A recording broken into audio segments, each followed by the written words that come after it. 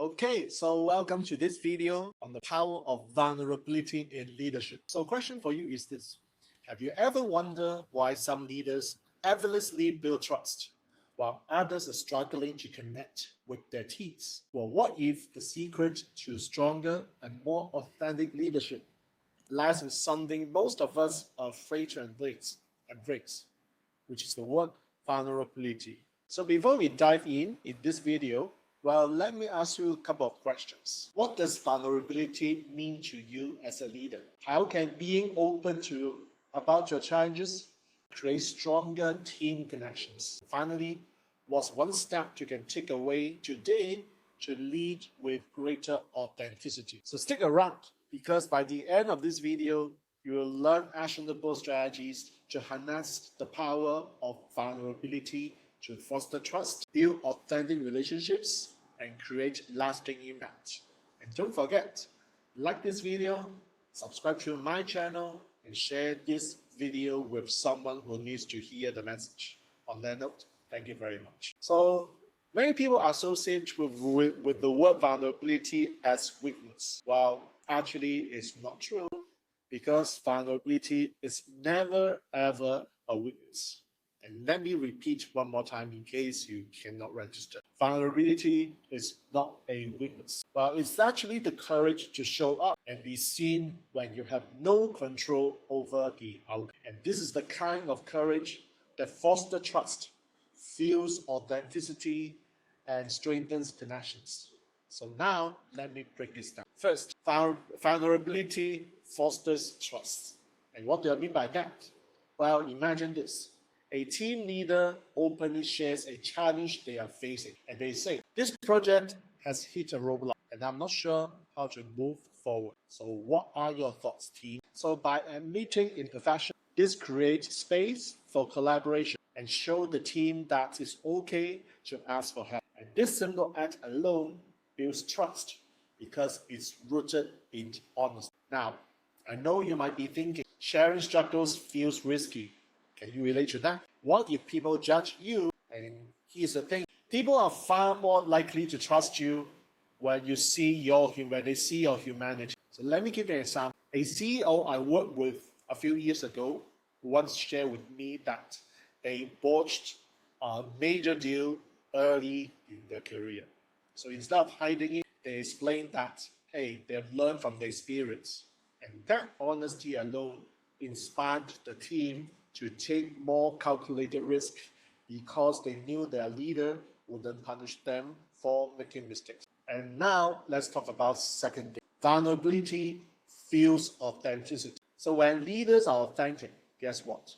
They give their team permission to be authentic too. Think about a manager who says, I'm feeling nervous about this presentation, but I'm going to give it my best. I'm going to do my 100%. That's the kind of transparency that makes the leader relatable and human. So, authenticity invites other team members to bring their whole selves to work. So now let's move on to the third thing. Vulnerability strengthens connections. So guess what?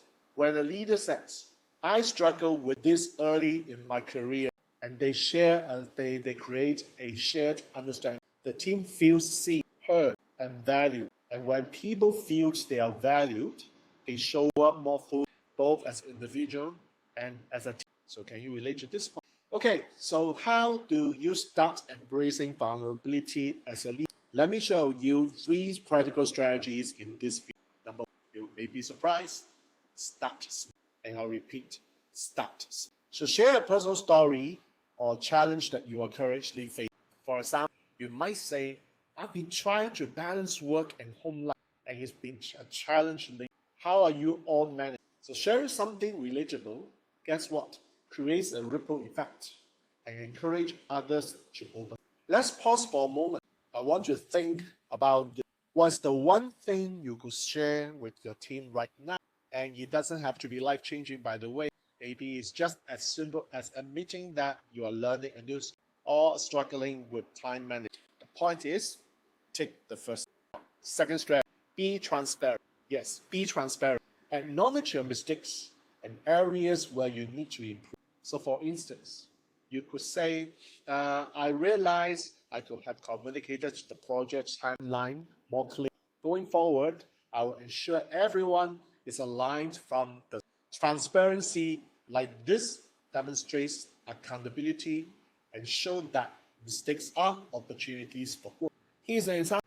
Well, I once worked with a manager who messed up a budget project. Instead of brushing it under the rug, they owned it. They said, I make a mistake in the calculations. It's going to affect the time. It's what I'm doing to fix it. Their teams respect them, which respects the leader so much. In the end, things work well because they modeled accountability and resilience. Okay, so the third strategy is encourage vulnerability to others. So create a culture which is safe to share ideas, express concerns at the same time. You might start a meeting by asking, what's the challenge are we facing right now, and how can we address them together? So when vulnerability is celebrated in that sense, teams becomes more resilient and innovative.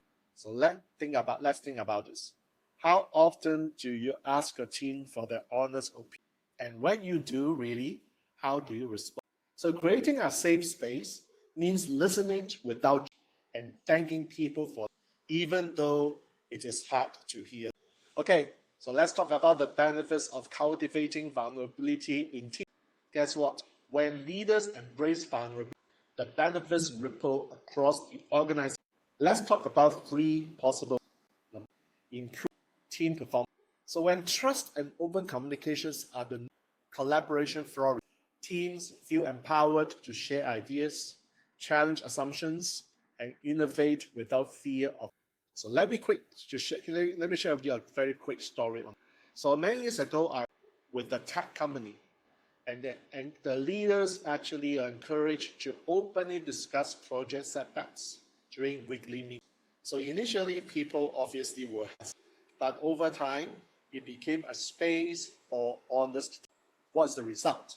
Well, the team solved the problems faster and delivered more creative solutions because they are not wasting any more energy hiding. Okay, so second thing is this: increase the employees and I'm sure as employer, as the team leader, you want that to happen, right?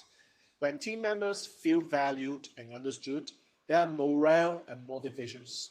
So think, how engaged would you feel working for a leader who genuinely listens to you and cares about your well-being?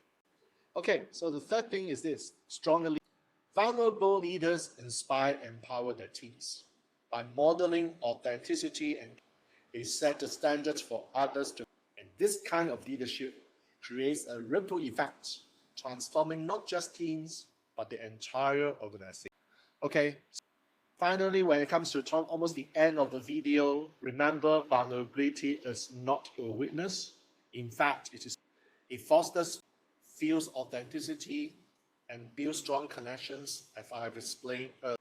And when leaders like you embrace vulnerability, this unlocks transformational potential, not just in themselves, but in the teams and the entire organization.